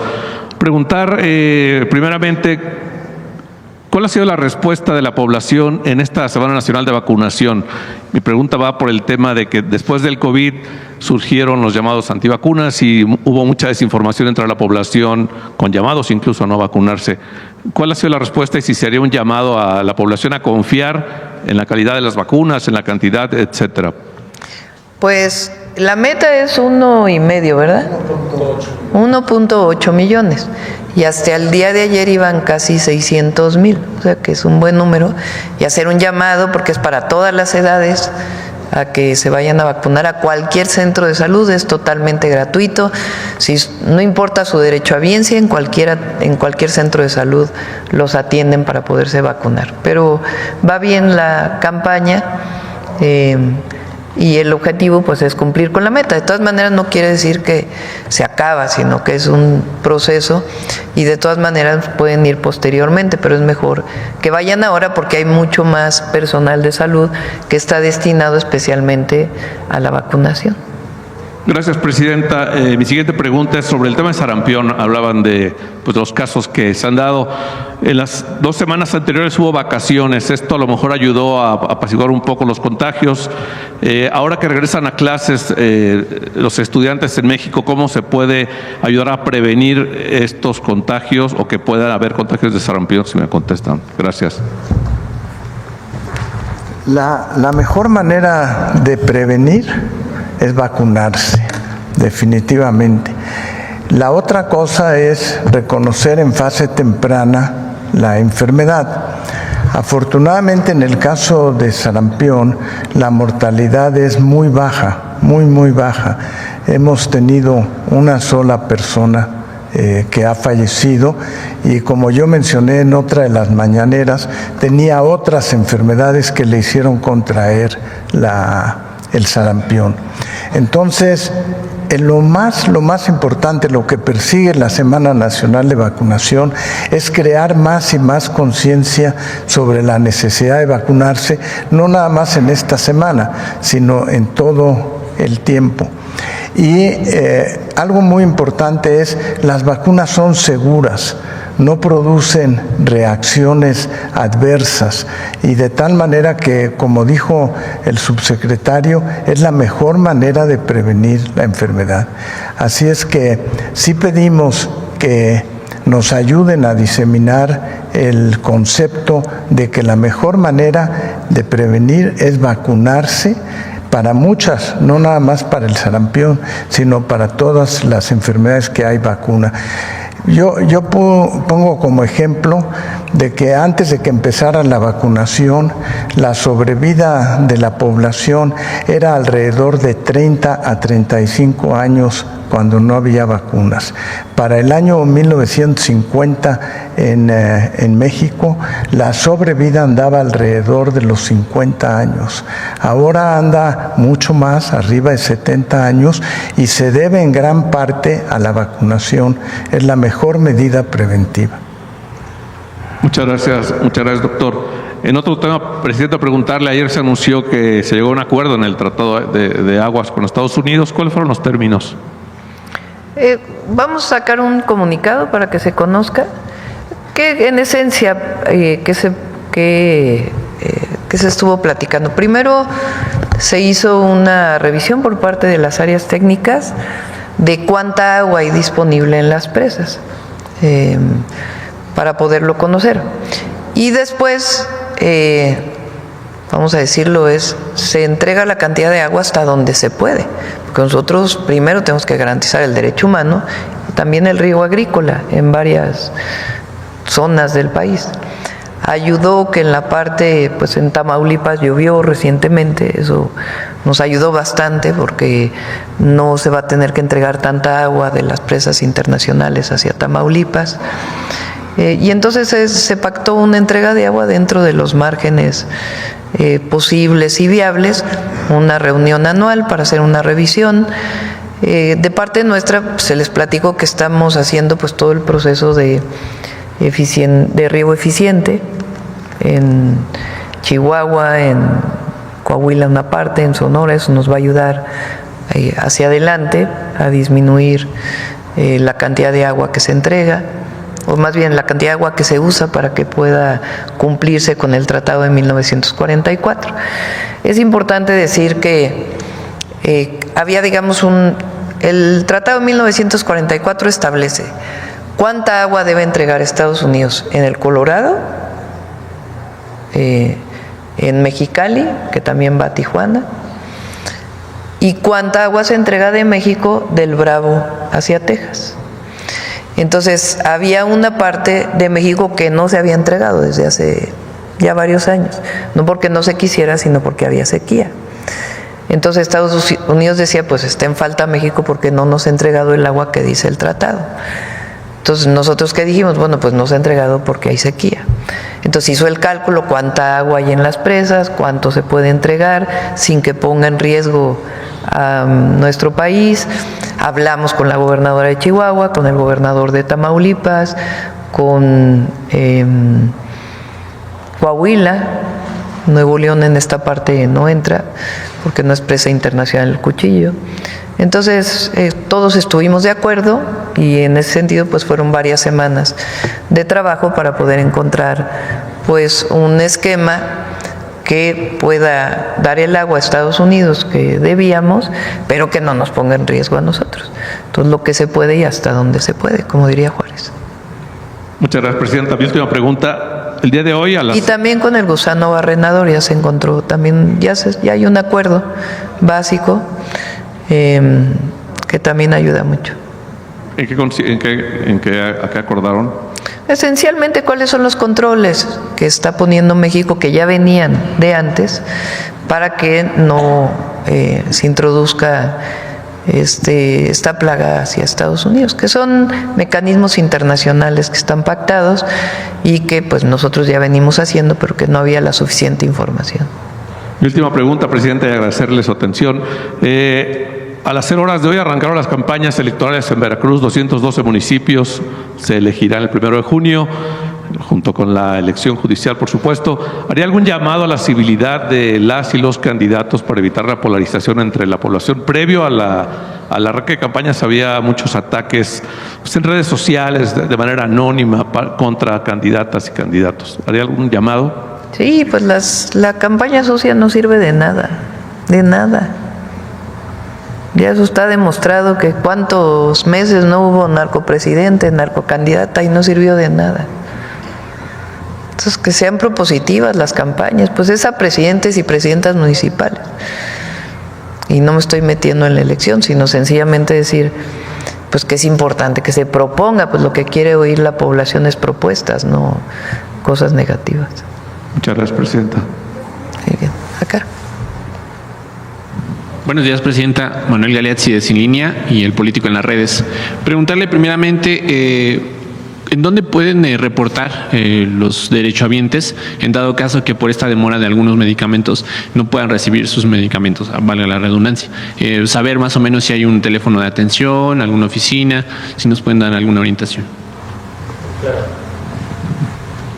Tenemos dos mecanismos, bueno, independientemente de los mecanismos que cada institución tiene. Tenemos primero, para los que lo decidan hacer de esa manera, una página de internet que se llama recetacompleta.gov.mx, en la que ponen su receta del sector salud.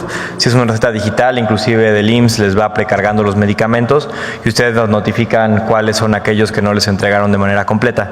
Es una plataforma que utilizamos de manera recurrente los equipos de la Secretaría de Salud, del IMSS, etcétera, para identificar algunos huecos que tengamos.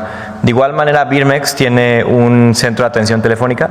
No me sé el número de memoria, ahorita creo que nos ayuda Pau. Pero en esa misma plataforma, para las personas que no quieran usar internet, pueden hacer el mismo reporte. Y eso no sirve solo como un tema estadístico informativo, que sí lo sirve para eso también, pero también como un tema resolutivo, es decir, lo que tenemos de compromiso de las instituciones, en el IMSS lo hacen de manera pues muy eficiente desde hace varios años, no es algo que iniciemos nosotros, buscar a los derechohabientes para tratar de entender cómo hacerles llegar su medicamento. Esos son los dos mecanismos centralizados que tenemos. Independientemente de eso, cada institución además tiene sus mecanismos particulares, locales, en las delegaciones, en los hospitales, pero estos son los mecanismos centralizados con los cuales nosotros también evaluamos un poco a nuestros compañeros del sector en términos de la resolutividad que tengan. Gracias. En otro tema, Presidenta, hoy se cumplen 100 días de gobierno del presidente Donald Trump. Preguntarle de manera general si tuviera puntualizarnos cuáles han sido los mayores retos, cuáles han sido las facilidades para poder negociar con su gobierno y, bueno, ¿cómo vería usted el panorama que, pese a los aranceles, la incertidumbre económica que ha cambiado a nivel mundial, pues las exportaciones mexicanas siguen creciendo? En estos días se mencionaba que creció en más de 9% las exportaciones mexicanas. Entonces, ¿cuál sería su balance? Pues lo he comentado en varias ocasiones, no tendría algo más que comentar. Creo que hemos establecido mecanismos de comunicación con el presidente Trump que nos han ayudado y que nos siguen permitiendo dialogar y comunicarnos con el gobierno de los Estados Unidos, tanto a nivel de presidentes, el presidente Trump y su servidora, como de los secretarios de Estado, particularmente el secretario de Economía, con su contraparte, el secretario de Comercio, y ahora también del secretario de Hacienda con el secretario del Tesoro de los Estados Unidos. Y también en otros temas, el secretario de Agricultura hoy tiene una muy buena comunicación con la secretaria de Agricultura. Entonces, como hemos planteado, todavía tenemos pendiente el tema de los vehículos y el acero y el aluminio, pero seguimos en comunicación y esperamos todavía llegar a mejores acuerdos. El secretario de Economía de Estados Unidos mencionaba que posiblemente hoy habría alguna reducción en estos aranceles a la industria automotriz. Hoy parece que anuncian algo. Bueno, no nos adelantemos, ¿no? Porque en realidad la información que tengo viene de los medios de comunicación, no es una información más allá que nos hayan compartido, pero sí entendemos que el día de hoy, o que nos hayan compartido, que podamos comunicar, digamos, ¿no? Entonces, pues vamos a esperar al anuncio del día de hoy y esperemos pues que sea bueno y todavía seguimos dialogando de todas maneras. Presidenta, la semana pasada también se le comentó aquí respecto al caso del delegado del IMSS en Tamaulipas, José Luis Aranza Aguilar, y ahora es un tema que está pues otra vez retomándose en los medios, en las primeras planas, porque se comprobó que supuestamente reportes de la Vocería de Seguridad de aquel estado mencionaban que sí contaba con dinero en efectivo en su poder y una arma incluso. A lo de Tamaulipas, ¿no? Sí, exacto. Sí, a ver, lo que yo dije es lo que comentaron en el gabinete que pudiera haber ocurrido. No es que yo asegure que eso se planteó en el gabinete, pero pues le corresponde a la Fiscalía investigar, ¿no? Cómo fue esa detención y que diga la Fiscalía realmente qué ocurrió. Insisten algunos, Presidenta, en que si hay una necesidad a hacer un llamado para que se inhabilite este funcionario. ¿Cuál sería el llamado? No, pues tienen que hacerse las investigaciones. No me corresponde a mí como presidenta decir si se inhabilita o no a quién. Es como en el tema de los medicamentos, yo doy orientaciones en las reuniones que tenemos, pero ¿a quién le corresponde inhabilitar con base en ciertos reglamentos? Pues a la Secretaría Anticorrupción. Si no se vuelve todo subjetivo, ¿no? ¿A quién le corresponde en este caso? Pues a la Fiscalía del Estado, que pueda dar toda la información, e igualmente a la propia auditoría interna del IMSS, ¿no? Entonces, y que se investigue y que se diga exactamente qué ocurrió. Ya por último, Presidenta, preguntarle, ¿en dónde va a estar usted durante el simulacro que se va a realizar? Aquí vamos a estar a las 11:30. Ya nos tocará seguir todo el procedimiento de salir de las oficinas. Gracias, Presidenta. No, hay un punto de reunión aquí adentro. Sí. Adelante. A ver tú y luego la compañera. Ok, muchas gracias, Presidenta, y funcionarios y funcionarias que la acompañan. Ramón Flores, del Centinela Informa. Presidenta, líderes de los sectores turísticos empresariales, pero sobre todo de la sociedad, se encuentran preocupados sobre la desatada violencia en Baja California Sur, que culminó recientemente con el homicidio del comandante Ulises Omar Cota Montaño, un lamentable hecho que aparentemente había sido orquestado por un generador de violencia, quien, como usted ya lo había mencionado en esta conferencia, estaba en prisión desde el 2017 y a pocos días de obtener su libertad, inició una campaña de violencia en el Estado que ha concluido en la recomendación por los Estados Unidos a no visitar el Estado debido a la violencia afectando directamente la economía de los californianos. Me queda claro que mucho de esta violencia los autores son parte del Poder Judicial, pues liberaron a un fuerte generador de violencia. Hasta este momento hay 7 presuntos delincuentes que al parecer estuvieron involucrados con el homicidio del comandante. El gobernador Víctor Castro comentó que por instrucciones de usted envió una comisión de seguimiento de la Mesa Nacional desde el primer momento y alerta por los hechos ocurridos en el Estado. Comentó que tuvieron contacto directo con la Secretaría de Gobernación y puente inmediato con usted, Presidenta, quien decidió una intervención inmediata, cuyos efectos se aprecian muy bien por todos los sectores sociales. El gobierno del Estado se mantiene en alerta total y no va a confiarse. La situación y las dificultades de estos últimos días les han de servir para salir adelante y darle una sacudida al árbol institucional. Presidenta, ¿cuál es el panorama que le guarda al Estado, a la economía, al turismo, pero sobre todo a la seguridad que tanto lastima a la sociedad sudcaliforniana? Hace 2 días, 3 días, no sé si ya se informó por parte de la Secretaría de Seguridad, hubo detenciones muy relevantes en Baja California Sur que van a ayudar mucho, además de las investigaciones que continúan. Entonces ya hubo detenciones y se está trabajando y pueden ir a visitar Baja California Sur. Presidenta, retomando el tema Los Cabos particularmente, que es el destino turístico por excelencia. Ok. Muchas gracias, Presidenta. Retomando el tema de mi compañera Nancy Flores sobre lo de Cedillo, una de las más afectadas fue mi señora madre, porque a nosotros nos tocó vivir, los que estamos aquí de 40 años, 42, 45, nos tocó vivir ese sexenio de horror. Estoy hablando económicamente, porque también hay otros temas sobre narcotráfico, pero ayer sí me dijo mi señora madre que le preguntara a usted que si le va a hacer justicia a todas las mujeres que fueron víctimas, porque no se habla de los suicidios que hubo en la devaluación. En la devaluación del 94, muchos señores se suicidaron porque perdieron todo.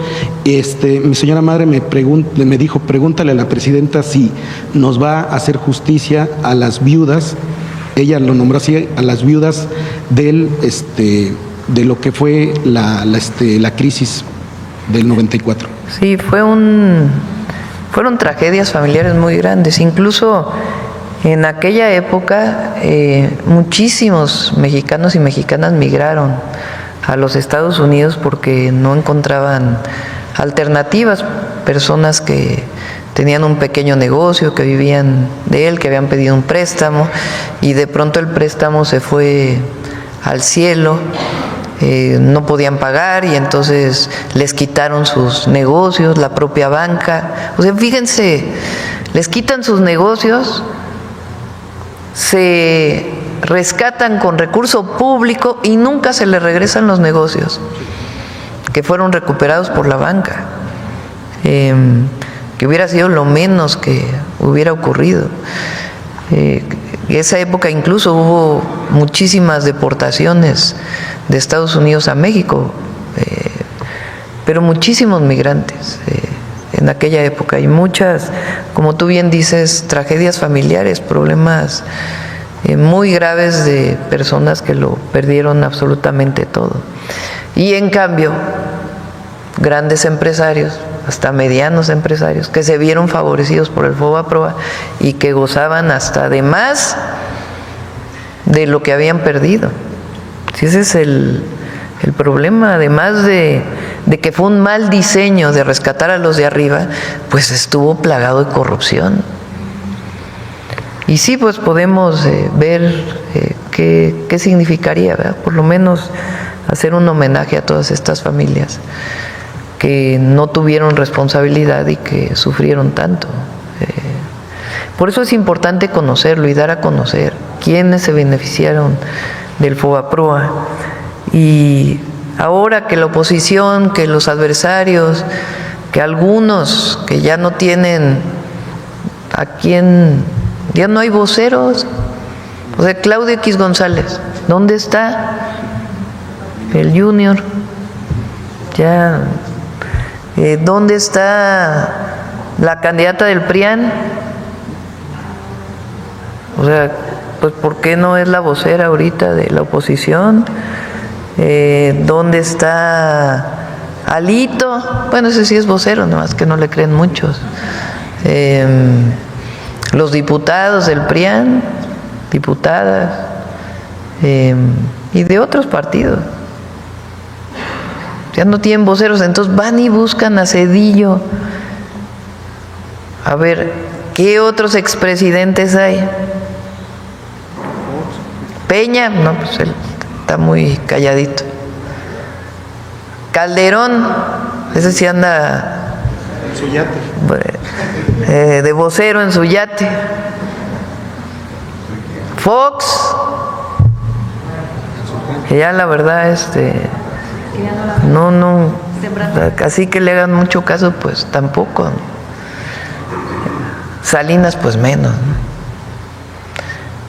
Pues entonces fueron a buscar a Zedillo, como a ver a quién buscamos que pueda ser vocero de la oposición, pero pues la verdad es que tampoco tiene mucha autoridad moral para decir que además el argumento, que hay autoritarismo. Cuando hay libertad de expresión, se puede criticar a la presidenta, no hay nada que tenga que ver con el autoritarismo, todo lo contrario. El pueblo recuperó su dignidad y su participación. ¿Quién sabe si recuperó? Más bien tiene, porque durante muchos años no tuvo participación, por muchas razones. Entonces sí hay que hablar de aquella época, de qué fue lo que ocurrió. Muchas gracias, presidenta. Gracias. Sí.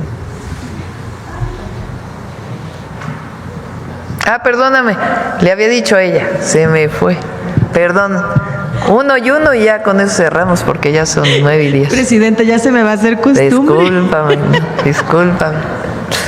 No, qué gusto saludarle nuevamente, igual. Presidenta. Graciela Bravata, de Ahora Noticias.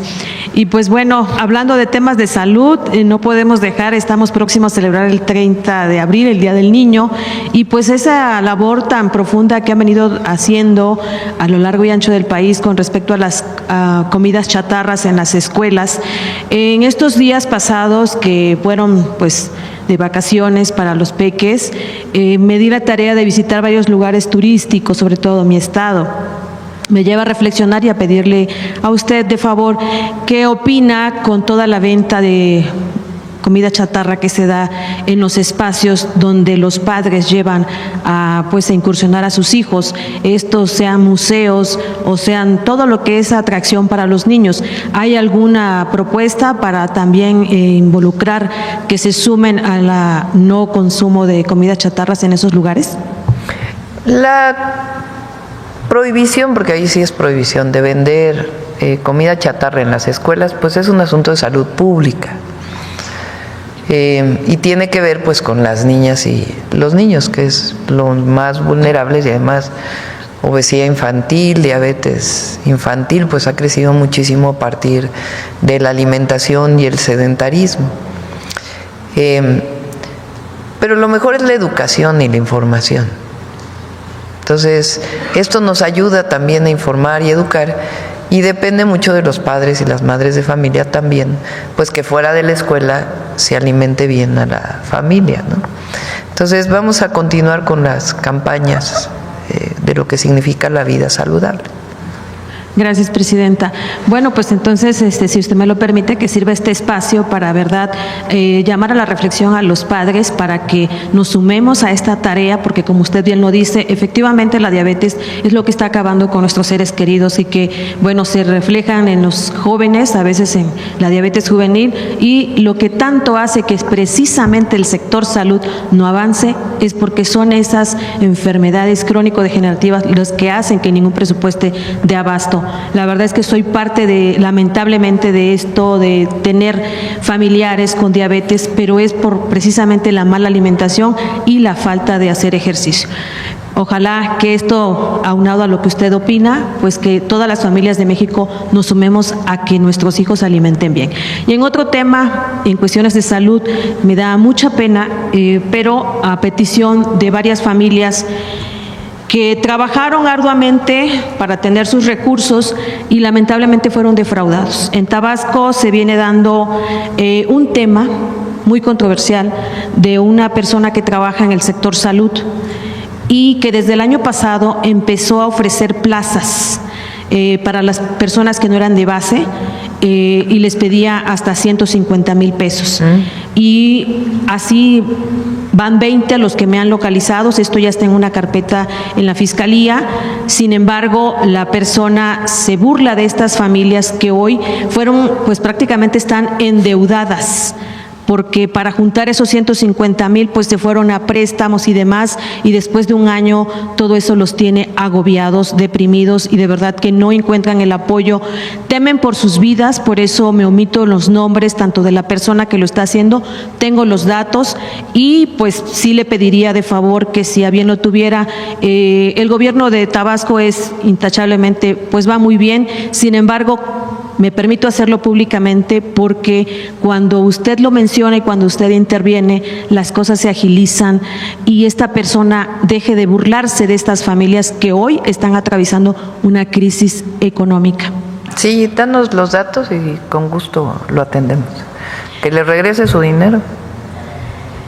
Pues sí, ella pertenecía a un sindicato y el sindicato ya se manifestó, dijo que no forma parte de ellos. Sin embargo, pues a todos los mexicanos no caigan en esos engaños. Primero es un acto de corrupción o de fraude, si es entre particulares.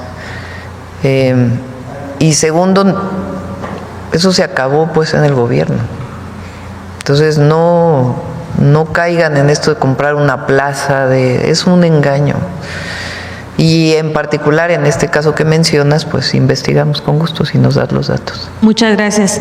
Bueno, en temas más alegres, como debe de saber, estamos en la preferia en Tabasco y bueno, ya el día 1 inicia. ¿Ha contemplado usted la posibilidad de asistir? Está difícil, la verdad. Bueno, pero sí, dicen que también hay que decir lo bueno, y lo bueno es que afortunadamente a toda la intervención del gobierno federal y estatal, hasta ahora pues Tabasco está estable, va avanzando. Sí, ya ha bajado la inseguridad, los homicidios. Así es, entonces por mi parte agradecerlo como tabasqueña y pues felicidades y muchas gracias. Gracias. A ver, ahora sí la última. Bueno, aquí ya acabamos para que... Buenos días, presidenta. Ariana Esquivel, de Enlace 13 Televisión, de Saltillo, Coahuila. Primero que nada, felicitarla por el acuerdo logrado con los Estados Unidos para contener y erradicar el gusano barrenador. Esto se lo platico porque en mi estado ganaderos se exporta mucho. Sí, exactamente, ganaderos de Piedras Negras y Acuña están dispuestos a trabajar en coordinación para erradicarlo.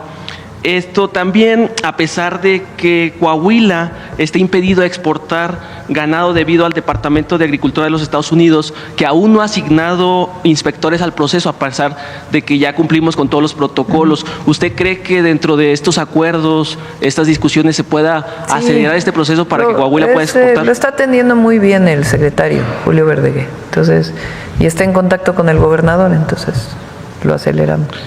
Presidenta, en otro tema, este fin de semana en mi ciudad, un funcionario del Poder Judicial protagonizó un hecho vergonzoso y bastante penoso.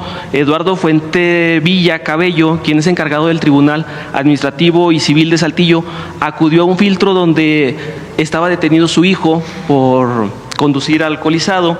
Ahí el funcionario exigió trato preferencial por su cargo y comenzó a insultar a los policías y amenazó con tablearlos. El video del hecho ya se viralizó en redes sociales y saltillenses piden que el funcionario sea sancionado por el Poder Judicial de la Federación. El tipo, identificado como Eduardo Fuentevilla Cabello, ya se disculpó en X. Lo cierto es que este episodio de prepotencia ayuda a justificar la elección del Poder Judicial. ¿Qué opina usted sobre estas actitudes de estos funcionarios? No, pues mal.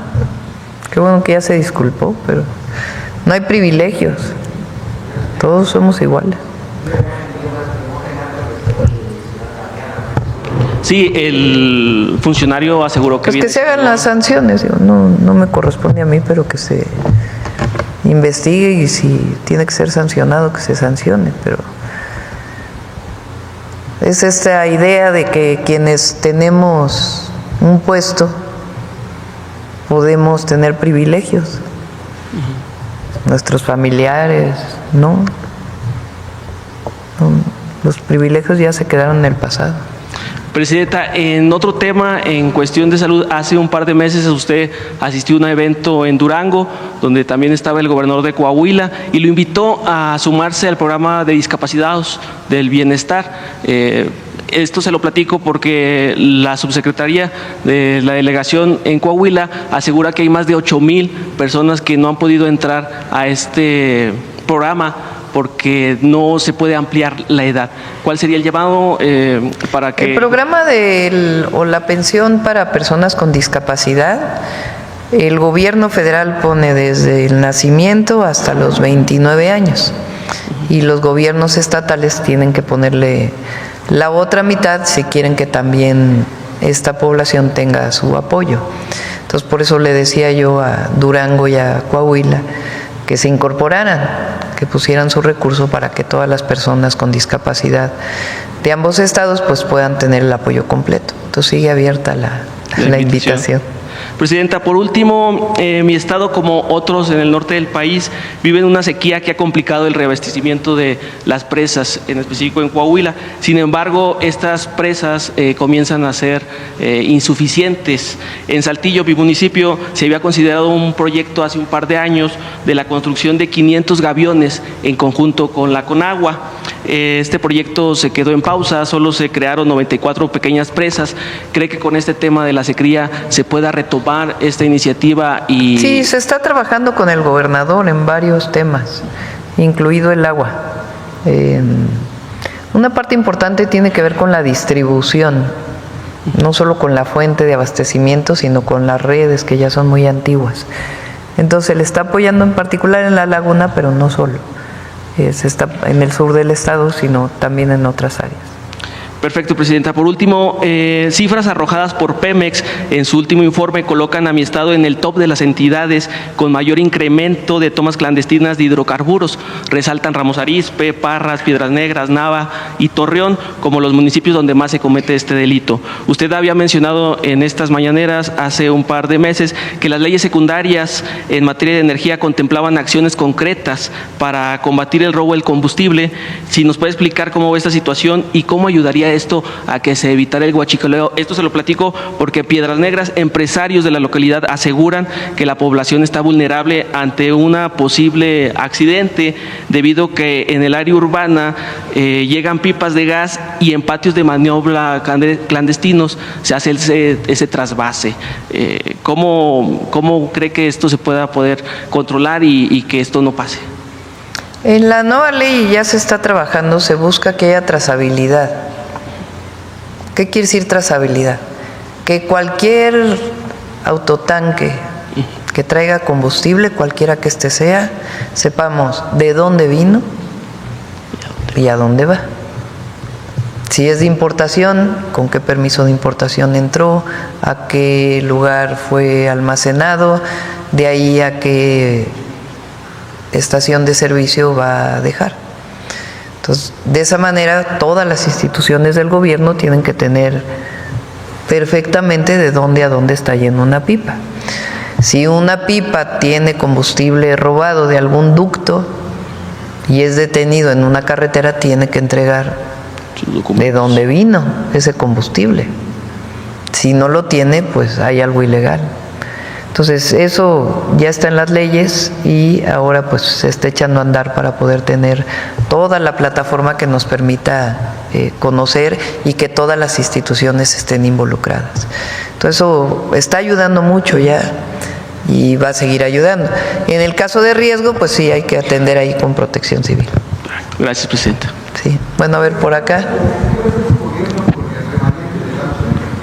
¿Perdón? ¿Qué va a hacer su gobierno con el remanente del Banco de México? Apenas nos informaron ayer. Nosotros creíamos que era más. Pues apenas el día de hoy me va a informar bien el secretario de Hacienda cómo fue el cálculo. Pero ya le vamos a informar a la gente cómo vamos a utilizar el recurso. Buenos días. Soy Kate Linthicum, una periodista con el medio Los Angeles Times. Mi tema hoy es migración. ¿De qué nacionalidades son las personas extranjeras que están siendo deportados a México desde Estados Unidos? ¿Por qué está recibiendo México gente que no es de aquí? ¿Es parte de un acuerdo de las negociaciones de aranceles? ¿Qué estatus migratorio tienen estos migrantes? Es decir, ¿pueden trabajar aquí, tener acceso a derechos en salud, educación? ¿O de aquí los están deportando a sus países? Es un tema que hablamos en su momento, cuando entró el presidente Trump. Por razones humanitarias, sin firmar absolutamente nada, nosotros decidimos aceptar personas de otra nacionalidad, particularmente las que vienen por la frontera norte. Y la mayoría, de forma voluntaria, decide regresar a sus países. Ya cada vez llegan menos personas de otras nacionalidades porque el gobierno de los Estados Unidos tiene acuerdo prácticamente con todos los países. Y entonces se envían directamente los aviones a los países en donde las personas tienen nacionalidad, a su nacionalidad. Aquí se les puede ofrecer algunas opciones y si no, de manera voluntaria, si quieren regresar a sus países, se les acompaña, ya sea la mayoría con aviones directamente de los países que vienen o en algún caso se puede utilizar un avión de la Fuerza Aérea Mexicana. Pero ya la mayoría de los que llegan son mexicanos y los números, a ver si nos los puede dar al día de hoy, en este momento. Sí, entonces, como mencionó la semana pasada, que iba a dar o compartir estos números. Normalmente lo compartimos, lo hemos dado varias veces aquí en la mañanera y ahora te doy los números de hasta la fecha de hoy, quienes han sido retornados. Total, desde que entró el gobierno del presidente Trump, 38.757 personas, de las cuales 33.311 son mexicanas y 5.446 son extranjeros. Entonces, de este 5.000, es que ¿por qué está recibiendo México a esa gente? Porque unos pueden decir que México está pues ayudando porque si a los llegan a la Estados frontera Unidos norte, pues nosotros no podemos, nosotros somos un gobierno humanitario. Nosotros no podemos decir no te recibimos. Y ahí se les atiende desde antes de que llegara el presidente Trump. Se les atiende y se les pregunta si de manera voluntaria quieren regresar a su país y se hacen la relación a través de migración para que regresen. Entonces, la gente que se quede aquí, ¿qué es su estatus migratorio aquí? Pues se busca si es un tema de asilo o algunos otros esquemas. Pero repito, ya la mayoría de los que están llegando a México son mexicanas y mexicanos, porque el gobierno de los Estados Unidos, a través del Departamento de Estado y de CBP, tiene acuerdos para que lleguen directamente a sus países. ¿Y están llegando a dónde? ¿A qué parte de México? La mayoría de los extranjeros llegan por la frontera norte y en el caso de los mexicanos llegan ahora, cuando llegan en avión, principalmente a Villahermosa y a Tapachula. Y ahí hay centros de atención, además de los que llegan por tierra en la frontera norte. Y la última pregunta, hemos visto... Al AIFA también llegan, al Internacional Felipe Ángeles. ¿Algún caso aquí de una persona deportada aquí con su hijo que es de Estados Unidos, que estamos viendo en otros países como Honduras, como niños? Sí, ha habido pocos casos, pero en aquellos casos donde hay separación de familia, de inmediato Relaciones Exteriores los pone en contacto con la familia para ver de qué manera puede ayudarse a juntar. Ok, y última, te prometo. Entonces, ¿no es parte de la discusión o los mecanismos de comunicación que mencionó usted sobre aranceles, como que México pues va a recibir gente de otros países? Hay un término que se llama país seguro o tercer país, que no, eso tiene que firmarse por los dos países y nosotros nunca firmamos nada, sino sencillamente por razones humanitarias. Nosotros no podemos decir, estás en México, pues ¿a dónde te llevamos? Pues a un centro de atención, ¿no? Entonces, y si llegan a venir de otros países, la mayoría quiere regresar a su país y se tienen acuerdos con los países. Gracias. ¿Cuántos metros cúbicos se comprometió México a entregar y de qué afluentes van a salir? Sí, si quieren les damos los datos por parte de estuvieron Agricultura, Medio Ambiente, obviamente la Conagua y Relaciones Exteriores con el área que lo atiende, que es el SILA, y se hizo un acuerdo de entrega. Repito, es un acuerdo en el que participaron los gobernadores y se cuidó muchísimo que no tuviera que no afectara ni el consumo humano ni una parte del riego agrícola frente al acuerdo del 44, en donde México pues de los años anteriores todavía debemos agua. Entonces por eso digo lo que se puede y hasta donde se puede, mientras no nos afecte a los mexicanos. Y muchos son acuerdos, digamos, hacia adelante. Por ejemplo, se acordó que no existía formalmente una reunión anual para que se pueda estar valorando a tiempo cuánta agua se va a entregar, cómo, etcétera. Y no sé si la secretaria Buenrostro nos pudiera, por favor, precisar el tema de las empresas, porque parece que hay un poco de duda sobre las cifras. ¿Cuántas son inhabilitadas? ¿Cuántas están en investigación? ¿Cuál es la inhabilitada y cuál es la que tiene denuncias penales, por favor? A ver, son varias cosas. Hay una inhabilitada, y corrijo, que ahorita me equivoqué en el nombre porque son muy parecidas, Biomix. Biomix es la que está inhabilitada. Y la declaración salió... Es que ya se publicó. Y la declaración salió el viernes en Diario Oficial. ¿Ya lo mandaron ustedes? Sí, ya está publicado. Sí, ahorita estaba esperando ya para hacer la corrección. Es Biomix. Inhabilitada. Inhabilitada. Fue el viernes pasado. Tenemos una ya a punto de presentar la declaración, la denuncia penal por falsificación de documentos. Esa es otra. Esa es otra. ¿Cuál no es? la puedo decir ahorita porque está en proceso de ahorita de deliberativo. Tenemos otras 16, con esas son 16 y 2, 18, 16, que también tienen un proceso ahí de registro sanitario con COFEPRIS. Esas 16 ya tienen, digamos, una falta bien ubicada y están también ya caminando su proceso muy avanzado porque participaron para vender medicamentos sin contar con el registro de COFEPRIS. Entonces nadie puede vender un medicamento que no tenga registro de COFEPRIS. De ese caso tenemos 16. Y luego hay otras que tienen otro tipo de irregularidades, 59. que son incumplimientos, que son que a lo mejor la empresa no se dedica al sector farmacéutico, sino estaba en otro sector y participó para vender, ganan la licitación, pero en realidad no pueden abastecer porque no forma parte de su objeto social.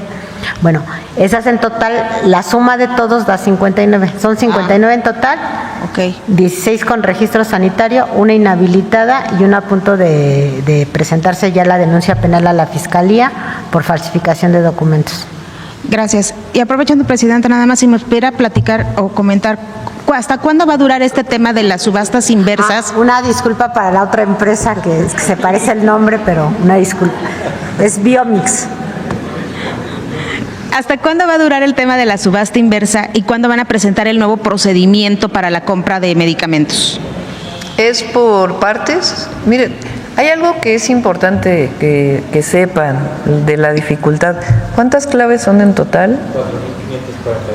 4.542. En eso hay medicamentos de distinto tipo, desde los que son genéricos hasta los no genéricos, a los que tienen patente.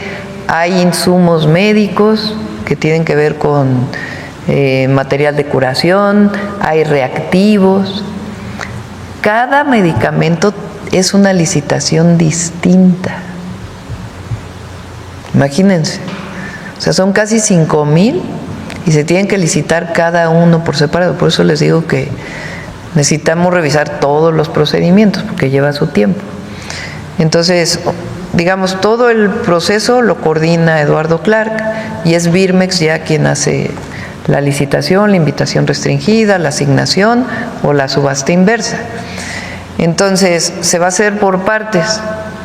Primero aquellos que son más urgentes y luego algunos que a lo mejor no son de tanta urgencia porque todavía hay en inventario. Entonces, se está trabajando en todo eso para que se pueda hacer.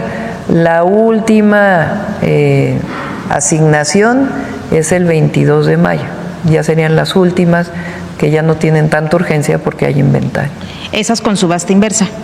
Y para las de 20, a partir del próximo año. Prácticamente todas son ya con subasta inversa. Pero dijo que iba a haber un nuevo procedimiento que se estaba analizando. Es el de la subasta inversa. ¿Qué quiere decir subasta inversa? A ver, cuando hay una licitación, hay bases de licitación. La empresa compra las bases de licitación, ahí vienen todas las reglas de cómo deben de suministrar y hacen su propuesta. Esto lleva como mínimo, ¿cuánto es? 3 semanas o algo así, ¿no? 1 mes, así está establecido en la ley, es 1 mes. Una vez que presentan su propuesta, pues hay un comité técnico que revisa y finalmente es la asignación final y se hacen ya los contratos de asignación, ahí sí ya por empresa, dependiendo de qué empresas ganaron qué claves. ¿Qué chiste tiene la subasta inversa? Es más rápida y a veces todavía más ágil y transparente, porque se dice, a ver, estos 10 empresas son las que pueden vender este medicamento. Entonces, en los próximos 3 días, presénteme la empresa, cuál es la calidad de tu medicamento, cuántos puedes entregar, a qué precio y qué tan rápido lo puedes entregar. Ponen su propuesta y se les dice, no, es muy cara, tienen que dar mejores precios. Y entonces entre ellos empiezan a dar mejores precios hasta que se consigue el menor, como en una subasta de una obra de arte, pero al revés, por eso se llama subasta inversa, porque lo que buscamos es el menor precio, no es el mayor precio. Eso se puede hacer vía internet o se puede hacer de manera presencial. Entonces eso agiliza mucho y a veces le permite a la autoridad pues estar presionando al proveedor para que dé todavía un mejor precio cuando se sabe que pueden dar un mejor precio. Y así se consigue más calidad y mejor precio.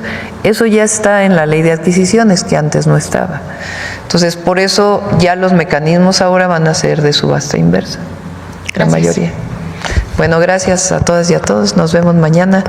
Alguna sorpresa traeremos para las niñas y los niños el día de mañana. Gracias. Buen día.